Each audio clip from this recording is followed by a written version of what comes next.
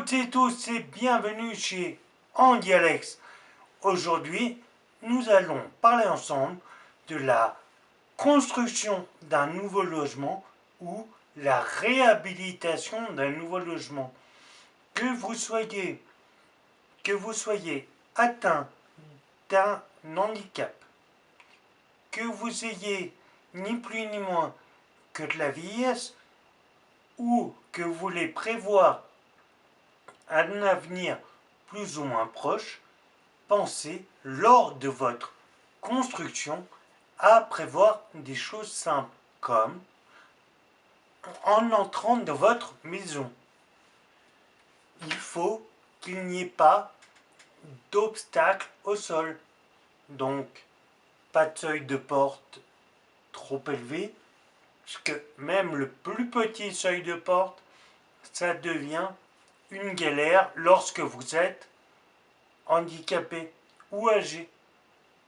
Et oui, comme je vous le disais dans une précédente vidéo, si vous ne faites pas une rampe, si vous ne faites pas des aménagements, vous allez être embêté. Deuxièmement, la largeur des portes. Si vous le pouvez, prévoyez des portes assez larges. Une porte de 93 cm de large, c'est le top. Pourquoi?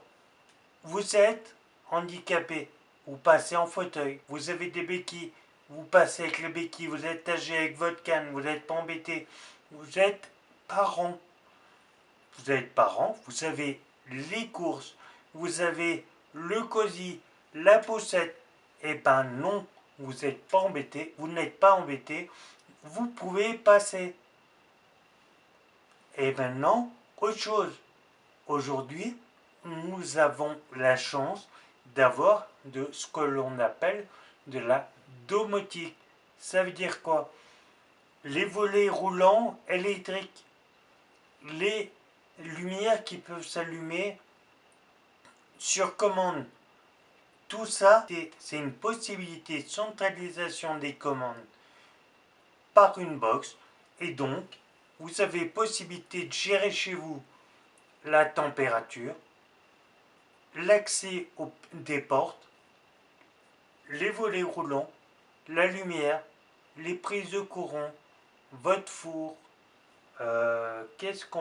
Et ça, vous pouvez le faire quand vous êtes dans votre domicile comme à l'extérieur.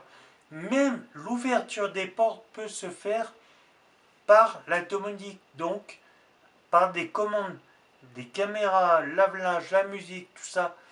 Et il faut savoir une chose, cette domotique qui est cool, qui est un gadget, on va dire, lorsque vous êtes en pleine forme, et cela devient plus qu'utile, même primordial pour les personnes atteintes d'un handicap. Pourquoi?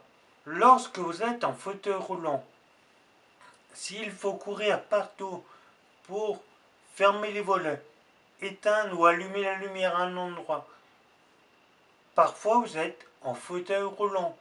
L'ouverture des portes, vous êtes content d'avoir des portes qui s'ouvrent facilement. Possibilité de motoriser également les portes, soit des portes battantes. Je ne vous le conseille pas lorsque vous avez d'avoir des portes battantes. Les portes coulissantes, donc à galandage, qui rentrent soit contre la paroi visible, soit de façon cachée. Donc on la met dans le galandage, on la cache. Elle peut rentrer dans un placard. C'est le top du top. Ça, vous pouvez le motoriser. L'ouverture des portes, les gâches, les fermetures. Ce que l'on appelle la gâche, c'est le clac. Au lieu d'avoir un verrou par clé, vous pouvez avoir un verrou soit par Bluetooth, qui fonctionne par votre téléphone, également par la l'iris de l'œil, la reconnaissance faciale. Tout ça, c'est grâce à la domotique et également par la voix. Qui ne connaît pas Siri ou Alexa ou Google, chacun, Apple, Amazon et Google sont les 3 plus gros, mais il n'y a pas que. Grâce à la domotique, vous avez possibilité de gérer votre domotique à domicile, dans le véhicule, etc. par la voix. Ok Google, ouvrir garage. Ceux qui sont plus ou moins âgés se rappellent d'un taxi où vous avez cette voiture qui fonctionne au démarrage et pour l'éteindre également par la voix. Ninja!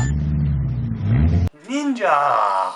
Par la suite, faut vous dire une chose, possibilité également de gérer un ordinateur, soit donc pour ceux qui le peuvent par les mains, par la suite un clavier dit virtuel et donc par la voix, ou pour les gens qui ne peuvent ni se servir de leur voix ni de leurs mains, par l'œil.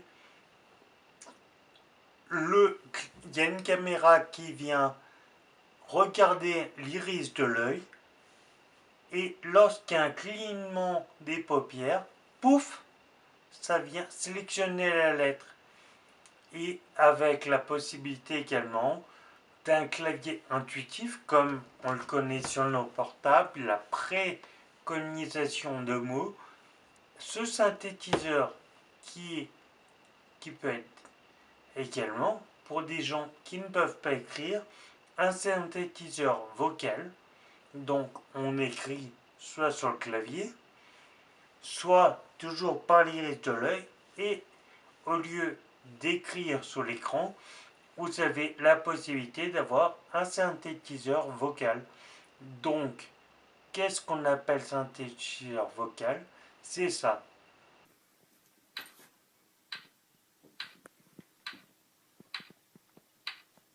Alexis.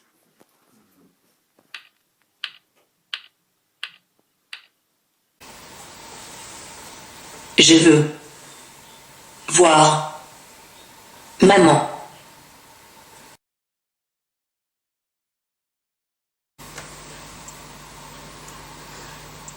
Je voudrais un grand verre de bière.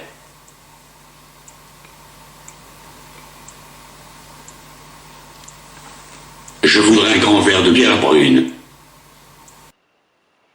Voilà, allez, à bientôt pour une prochaine vidéo. Et sachez, la domotique n'est pas un ennemi, mais peut être également votre ami. Et n'oubliez pas, la cloche, on s'abonne, on me suit sur mes différents réseaux sociaux. À bientôt.